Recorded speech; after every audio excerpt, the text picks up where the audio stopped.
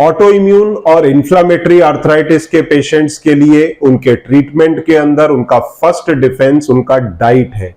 अक्सर डॉक्टर्स यहां पर मिस करते हैं और यहां मरीज को समझना बहुत जरूरी है कि आपके शरीर के अंदर जो एलर्जेंस आ रहे हैं या जो एंटीजन्स बन रहे हैं आपके शरीर में बाहर से जो आ रहे हैं, वो कहीं ना कहीं आपके इम्यून सिस्टम पर अटैक करते हैं और इम्यून सिस्टम से बनने वाले एंटीबॉडीज आपके ही हेल्दी टिश्यू पर अटैक करके ऑटो इम्यून डिजीजेज या इन्फ्लामेटरी आर्थराइटिस के अंदर आपके टिश्यू को डैमेज करते हैं और आपको तरह तरह की समस्याओं को वहन करना पड़ता है।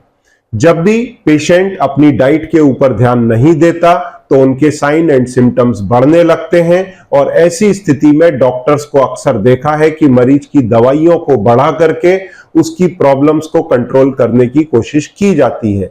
जब भी इस प्रकार के पेशेंट्स मेरे पास आते हैं तो मैं उनसे कहता हूं कि डाइट आपका फर्स्ट डिफेंस है, क्योंकि आपके शरीर की तरफ आने वाले एलर्जेंस या टॉक्सिन सबसे अधिक आपके शरीर में नाक या फिर मुंह के रास्ते से आते हैं और डाइट एक इंपॉर्टेंट फैक्टर है। तो यदि अपनी डाइट को आपने कंट्रोल कर लिया, जैसा अक्सर मैं 6 मंथ्स डाइटरी प्रोटोकॉल के अंदर आपको बोलता हूं कि अगर आपने 6 महीने के लिए अपने डाइटरी प्रोटोकॉल को ठीक कर लिया तो आपके साइन एंड सिम्टम्स के अंदर भारी कमी पाई जा सकती है। आप अपनी बीमारी को बहुत अच्छे से कंट्रोल कर सकते हैं। और अक्सर फ्राइडे को हम गठिया रिलेटेड वीडियो डालते हैं, तो यदि आपको भी इस प्रकार की कोई समस्या है तो इस चैनल को जरूर सब्सक्राइब करें। अब हमारे देश के अंदर लगभग 60% हिस्से के अंदर रोटी स्टेपल डाइट है और लगभग 40% हिस्से के अंदर चावल स्टेपल डाइट है। और जब भी ऑटो इम्यून या एंटी इंफ्लामेटरी डाइट हम पेशेंट को सजेस्ट करते हैं तो उसके ग्रेन्स, पल्सेस, राइस, इनको ही सबसे पहले रेस्ट्रिक्ट किया जाता है। ऐसी स्थिति में पेशेंट के लिए काफी चैलेंजिंग हो जाता है, तो चपाती के या फिर राइस के कुछ हेल्दी ऑल्टरनेट्स हैं जो इन्फ्लामेटरी आर्थराइटिस एंड रेमिजन प्रोग्राम के अंदर अपनाए जा सकते हैं, जैसे कसावा का आटा। जी हां, ये एक रूट है, इसका आटा मार्केट में अवेलेबल है, आपको इजीली स्टोर्स में नहीं मिलता, परंतु ऑनलाइन इसको एक्सेस किया जा सकता है। उसी प्रकार से जो दूसरा आटा है वो है सिंघाड़े का आटा या चेस्टनट फ्लावर। इसको आप इजीली अपने पास के किसी भी ग्रोसरी स्टोर से पा सकते हैं और ये एक प्रकार का फ्रूट है। और तीसरा, इसके दोनों के ऑल्टरनेट के रूप में एक और आटा है जिसे आप अपना सकते हैं, जिसकी काफी अच्छी एंटी इंफ्लामेटरी एक्टिविटी है, क्वालिटीज हैं, और वो है कूटू का आटा, जो अक्सर हम उपवास के अंदर यूज करते हैं, बकव्हीट फ्लावर। ये भी मार्केट के अंदर इजीली अवेलेबल है। पर जब मैं पेशेंट्स को इस प्रकार के आटे की चपाती सजेस्ट करता हूं, कई प्रकार की auto immune anti inflammatory diseases के अंदर, जैसे अगर जॉइंट रिलेटेड कोई प्रॉब्लम है तो रूमेटॉइड आर्थराइटिस या एंकाइलोजिंग स्पॉन्डिलाइटिस, लूपस या फिर सोरियोटिक आर्थराइटिस। अगर पेट से रिलेटेड समस्या है जैसे सीलियक डिजीज या फिर न्यूरोलॉजिकल प्रॉब्लम है, इवन मल्टीपल स्क्लेरोसिस, तो इस प्रकार के मरीज अगर एंटी इंफ्लामेटरी और ऑटो इम्यून फूड का इस्तेमाल करते हैं तो उनकी समस्याओं का काफी हद तक कंट्रोल पाया जा सकता है। पर समस्या कहां आती है इन आटों की चपाती बनाने में, कि इसकी आटे की चपाती अक्सर टूट जाती है। तो एक तो उनकी गोल चपाती नहीं बनती, दूसरा इसको मारते समय काफी समस्याएं आती हैं। तो आज इन आटों की रिया जी से हम लिक्विड डो चपाती बनाना सीखेंगे और चपाती के साथ में पराठे बनाना सीखेंगे। जो लोग थोड़े ओबीज हैं, जिनका वजन ज्यादा है, वो चपाती बना करके खाएं, पर जो लोग दुबले पतले हैं वो इसके पराठे बनाएं। और देसी घी पराठों पर लगाना एकदम सेफ है, उसका आप इस्तेमाल कर सकते हैं। तो आइए रिया जी से ये सब समझते हैं और बाद में मैं इसकी न्यूट्रिशन वैल्यू आपको आकर के बताऊंगा। Over to Riya ji. Thank you doctor. तो जैसा डॉक्टर अग्रवाल ने बताया, हमें कसावा, कूटू और सिंघाड़े की रोटी बनाना सीखना है। मेरे पास 2 आटे अवेलेबल है, कूटू और सिंघाड़े का। तो आइए शुरू करते हैं। सबसे पहले हम इसमें कूटू आटा ऐड करते हैं।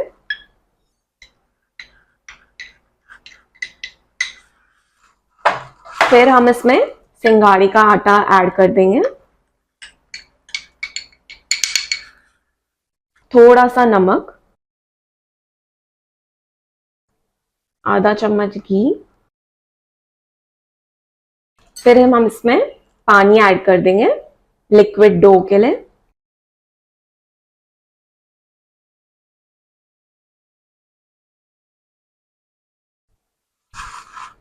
धीरे धीरे हम इसमें पानी ऐड करेंगे डो रेडी करने के लिए।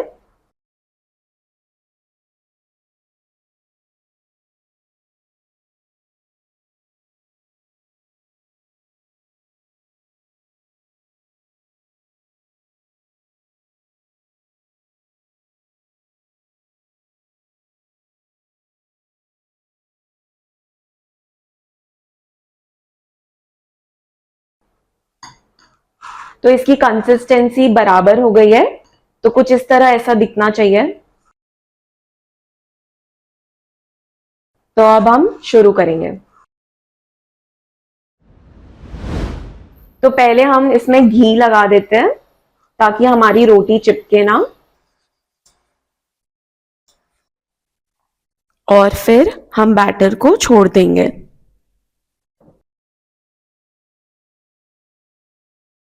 ध्यान रहे हमें इसे धीमी आंच में सेकना है ताकि ये जल ना जाए।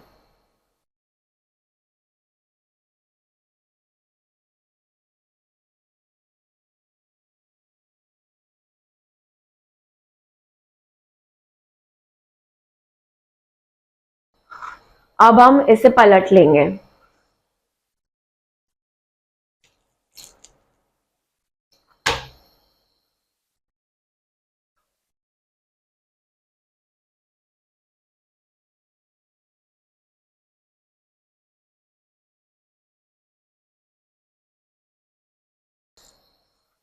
इसमें पानी अधिक होता है तो नॉर्मल चपाती से थोड़ा ज्यादा टाइम लगेगा।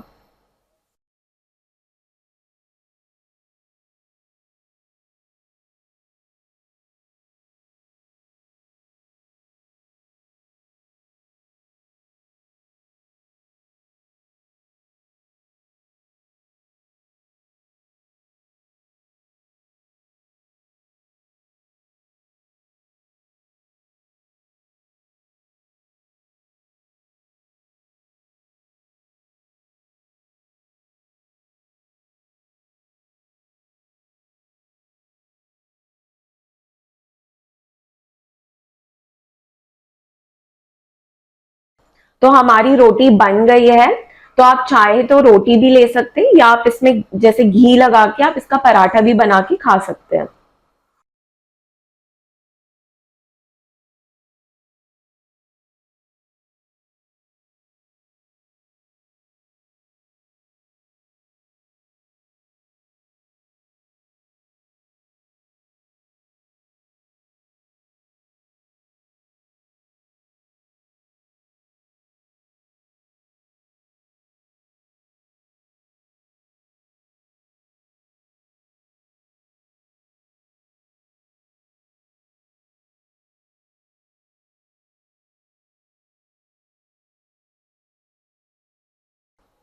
तो हमारा पराठा सिक गया है।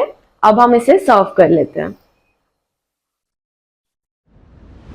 अब हम डॉक्टर अग्रवाल से हम इसके न्यूट्रिशनल वैल्यू समझ लेते हैं। तो आज रिया जी ने बहुत अच्छे से बताया कि लिक्विड डो चपाती कैसे बन सकती है, और मेरे हिसाब से ये जो आटे हैं जो अक्सर टूट जाते हैं और गोल चपाती नहीं बनती, इसके अपार्ट आप किसी भी प्रकार के आटे की चपाती बना सकते हैं, और खास तौर से अगर आपको आटे के अंदर हाथ नहीं डालना है तो आजकल जो नए बच्चे हैं उन लोगों के लिए बहुत आसान हो जाता है लिक्विड डो चपाती बनाना।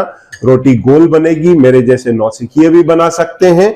और जो आटे, क्योंकि गेहूं के आटे के अंदर ग्लूटेन होता है तो उसकी तो एक बार चपाती गोल बन जाती है, टूटती नहीं है, पर बाकी के जो भी आटे हैं, चाहे वो ज्वार बाजरा के आटे हों या दूसरे, उनकी चपाती टूट जाती है। उसी प्रकार से कसावा, कुटू और सिंघाड़े के आटे की रोटी भी टूट सकती है, गोल शायद हम लोगों की ना बने। तो लिक्विड डो चपाती एक बहुत अच्छा अल्टरनेट है। और जो लोग दुबले पतले हैं वो पराठा बना करके खाएं, जो लोग थोड़ा वजन ज्यादा रखते हैं वो इसकी चपाती बना करके खाएं। जहां तक सवाल है इसकी न्यूट्रिशन वैल्यू का, सामने स्क्रीन पर आप देख सकते हैं। कसावा के आटे के अंदर स्टार्च काफी अधिक है, जो लगभग 80% तक है, जो शुगर को स्पाइक करेगा। तो जो लोग डायबिटिक हैं, साथ में जिनको इन्फ्लामेटरी डिजीज है या फिर इन्फ्लामेटरी आर्थराइटिस है, ऑटो इम्यून डिजीज है, वो लोगों को अगर साथ में डायबिटीज भी है तो कसावा के आटे से बचें। उसकी जगह कूटू और सिंगाड़े का आटा प्रेफर करें।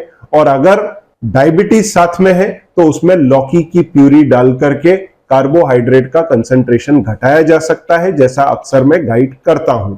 अब जहां तक सवाल है कूटू और सिंगाड़े के आटे का, 70% के आसपास इसके अंदर कार्बोहाइड्रेट होता है, जिसमें लगभग 10% फाइबर है, तो 60% इसके अंदर नेट कार्ब है। और इसके अंदर प्रोटीन 6 से 12% तक है, आप स्क्रीन पर देख सकते हैं। और फैट लगभग 1.5 या 2 ग्राम से लेकर के 3.5-4 ग्राम तक पर 100 ग्राम होता है।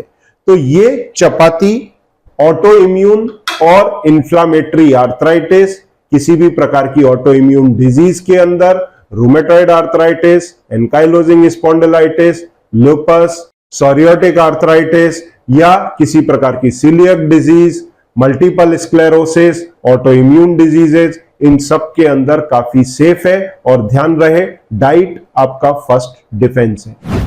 और अभी इस वीडियो को बंद मत करिए, क्योंकि अगर आपको आपके गठिया के अंदर रिलीफ पाना है, रेमिजन करना है, तो यहां दिए गए वीडियो को क्लिक करें और उसे ध्यान से सुनें।